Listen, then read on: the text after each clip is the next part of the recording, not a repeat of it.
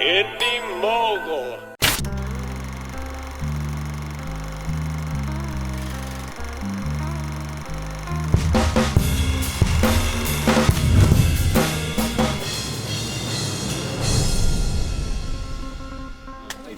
So we need the truck up there again. No, we don't, because they're not. The truck wouldn't be visible. It's going to be so close on both of them.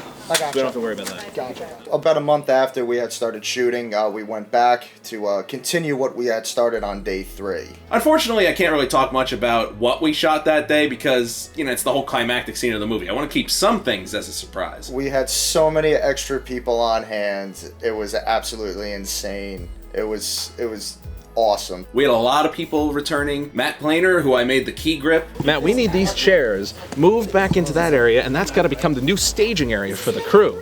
Can you handle it? Yes. Good. Don't let me down, otherwise it's gonna get real. Hey, John, could you move those chairs? All these chairs? You want this chair? John Rifici finally making it to another day of shooting after having been there for the first day that had completely fallen apart. Andrew Kim was back. Then we had quite a few others. John brought his friend Anthony to help out. Our documentarian Patrick Gibney brought his friend, also named Patrick. We called him Patrick 2. Anthony brought along his friend Mel, who kind of became like my script supervisor. One of the guys goes by the name of Danger Noodle. He pretty much drove 6 hours to us to help out. And by the time we were done, he drove the entire 6 hours back. Low internet. The best part about the whole thing, though, getting together one more day, was just getting the whole group of people back together. It's talked about a lot on set that when you're around a good group of people for a long amount of time, it becomes like a little sort of mini family on set, and that had kind of happened at this point because we had such a good group of people working together. I was very happy with the choices that I made about who to have on set, crew-wise, cast-wise. Almost everybody in this was somebody that I really wanted to work with and find out how we worked together. Mark, it was his first time ever acting in something. He's the brother of a friend of mine who had said at a family event that we both happened to be at a few years ago that he had wanted to act, and I said, I'll let you know. And I was like, if you ever need any extra actors, just let me know. And then you were like, okay. And then 2 years later, you asked me on Facebook just randomly, and I was like, it just worked out the timing where I had the free time, and so I was like, yeah. Especially for a first time, he did great. Even if it wasn't his first time, I'd say he did a very good job, exactly what I wanted. Brandon I had wanted to work with before. He had been in a few films for Chris, our DP, and I always thought he was good. It's just was looking for the right project to use him in. He did a great job. We actually did one shot with Brandon that night where he had to fall down onto his back, which was an issue because of all the rocks on the ground. The angle that you had, you didn't have to get me actually fall on rocks, which was great. I mean, I was able to put a mat down, and surprisingly, Russ, you did it first just to see how it would work out, and usually I'm sure a lot of directors don't do that. Okay. Yeah, I mean, there's a little impact, but that was me full. Well, we're slowing you down. Yeah, that was not bad. Can't stop you. No. I'm just saying that the impact that's there is not bad. And then when I got up and did it, I don't know what happened. I guess they both sneezed at the same time because I just totally missed the blanket, and the first take was pretty funny. Wow. Now that looked good on here, so if that might be all right. You all right? Having Anthony in there, he's another one that I had never worked with, but I had wanted to. He had done some things for Chris as well. Russ needed people for his film, and since I got back from the military, I haven't done acting in a long time, so I was kind of iffy about going back into acting, but I decided to take the role and read the script, and I was like, go right ahead and let's do it. Jen, I had wanted to work with for, I guess, like over 10 years now because she had directed me in a high school play that I was the lead actor in. He was one of my drama students. And so he reached out to me and asked if I'd be interested in participating, and here I am. And Larry, what can we say? Larry is an actor who I will have in anything I do. He's excellent presence on set. Good personality, good guy, good actor. He was born for this role, so it's perfect for him. Well, first of all, you know what the whole Bible Belt film means to me, and the casting, which I think the casting in this one was spectacular. Casting in the first one was great too, but between Anthony and Brandon and Mark Nichols is just unbelievable. And then of course there's Jen, and it was a treat to work with her. Ronnie was as perfect as casting can get. That you saw already in the previous episodes. He's definitely an all-around personality.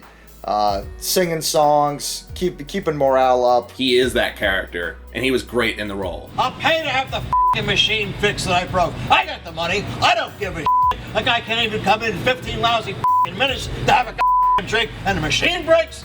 This place. And Don, I almost felt bad that he could only be there for the one day because he was good. He was actually originally suggested by Larry for the role that went to Ronnie, and as soon as I saw him, I was like, nope, that's my guy for the villain. On the crew end of things, though, one of the big reasons I wanted to do this is I wanted to get a good working relationship with Chris as the DP and having Tuck as the on-set producer. You again. I hate you. So the last night of shooting was, for me, I was definitely not on my game. I was running around, look to Russell. Russell, what are we doing? Oh, we just shot that? What do you mean we just shot? Just going back and forth. Tuck can downplay how well he did on set all he wants, but I don't know what I would have done without him on set, having the shot list and making sure, did this get done, did that get done, and making sure we were running on time. I tend to have a very absent-minded personality, and that comes through even when I'm directing. And having him there, it's kind of like I'm a bus driver who really enjoys every once in a while completely turning his head around and talking to the passengers without looking at the road. And Tuck's there just to grab the wheel and sort of keep it on track so we don't veer off the road and all die horribly. That's just what we're supposed to do. I don't have anything else. You did good. Don't go so down on yourself. And Chris was great. We've wanted to work together in this capacity for a while now. But it was always kind of weird for us. I'm used to making movies and doing everything over the years, so it was hard to disconnect myself from the camera operation, and it was kind of the same thing for him on the other end. I'm definitely going to do that more in the future. I'm more creative, I think. I focus more on just my shots, and that's what I am, a cameraman, and that's all I really want to be in the industry anyway. So it was really good. It was great. Overall, I'd say this was a pretty successful shoot altogether. I just had a blast just being a part of it. It was so much fun. This has probably been my best film experience. The cast has been so much fun to hang out with and wonderful to work with. The crew has been nothing but professional and friendly, and it's just been great. You want to have fun. That's pretty much why we're all here, and it's been a great experience. I mean, again, this is my first time doing anything, so I didn't really know what to expect. I just kind of came in here with just a positive mindset, and we had met before, and I knew it was going to be a pretty good ambiance when I got here. But it's been so nice. Everyone's been really nice to me, helping me out. It was amazing. So, but it's honestly, it's so much fun working with everybody doing these. So.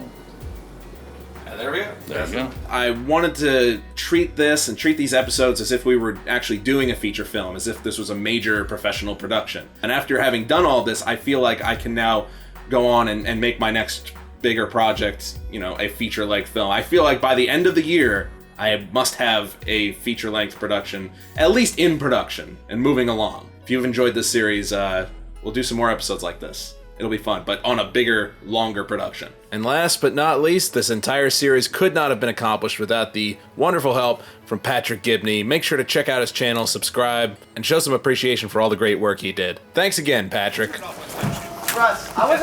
If you missed out on any episodes of the On-Set Experience, there's now a handy playlist link to check out the full series. Plus, next week, we'll be going over the list of equipment used to make the film. Also, check out today's Mogul Made playlist, a total of 9 shorts to make up for no playlist earlier in the week. All are awesome. Check it out. It's one of my favorite playlists of all time.